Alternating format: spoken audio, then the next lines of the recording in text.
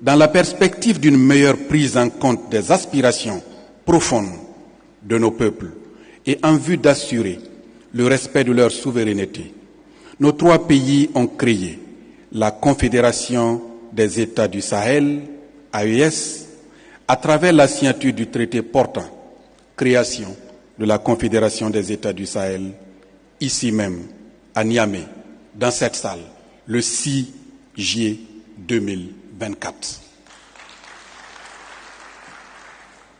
Cette charte donne un rôle important au Parlement des trois pays afin de délibérer sur des questions d'intérêt commun et sur les questions de grande importance dans le domaine de la défense, de la sécurité, de la diplomatie et du développement. Les représentants du peuple que nous sommes sont donc appelés à répondre à la volonté commune des autorités du Burkina Faso, du Niger et du Mali, pour qui l'intégration régionale, notamment celle de l'AES, demeure fondamentale pour une plus grande cohésion de nos populations.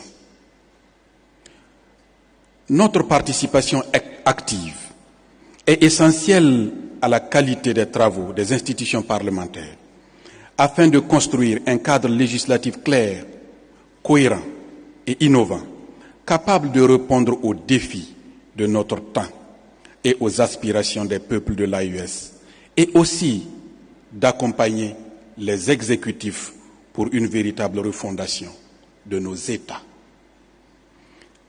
En tout état de cause, l'Assemblée législative de transition du Burkina Faso, que j'ai l'insigne honneur de présider, s'efforce quotidiennement de jouer pleinement et efficacement ce rôle, son rôle.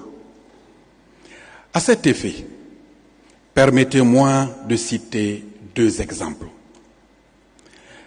Dans le but de mettre le peuple au cœur de nos actions, les députés de l'Assemblée législative de transition interpellent fréquemment, je dirais même très fréquemment, le gouvernement sur les préoccupations des populations à travers des questions orales ou écrites, des auditions des ministres, des missions d'information et des commissions d'enquête parlementaires.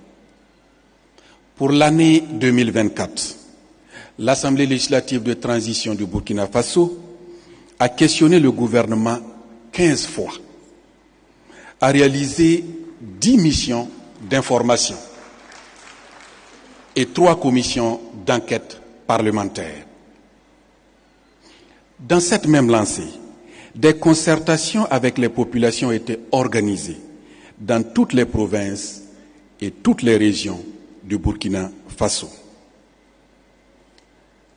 Cet exercice, très salué par les populations, a permis à l'Assemblée législative de transition de recueillir les attentes de nos concitoyens sur leurs priorités et les grandes réformes sur lesquelles ils souhaitent voir réalisées par les organes de la transition. Un rapport contenant toutes ces propositions de nos populations a été transmis au gouvernement afin de lui servir de document, de guide. Mesdames et messieurs, le traité de la Confédération de l'AES, signé le 6 juillet 2024, ici même à Niamey, stipule en son titre 6 que les parlements des États membres tiennent des sessions confédérales.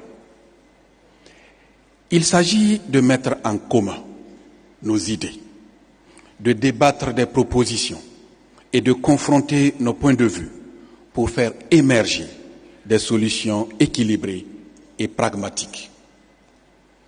C'est donc naturellement que je vous donne rendez-vous prochainement à Ouagadougou pour la tenue de la première session confédérale des parlements de l'AES.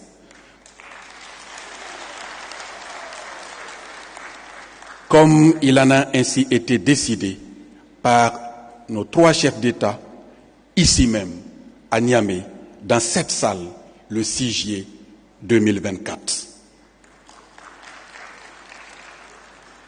Je voudrais, pour terminer, réitérer toute ma gratitude à mon frère, le docteur Mamoudou Aruna Djingari, pour son invitation, l'accueil chaleureux et les soins dont ma délégation et moi-même bénéficions chez nous, ici, au Niger. Vive la fraternité dans l'AES. Je vous remercie pour votre aimable attention.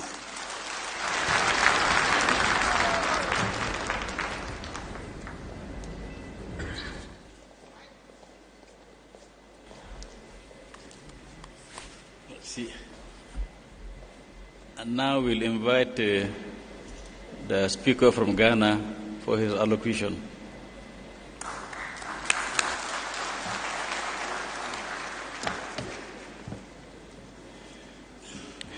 Venu du Ghana, Son Excellence Alban Soumana Kingford Bagbin.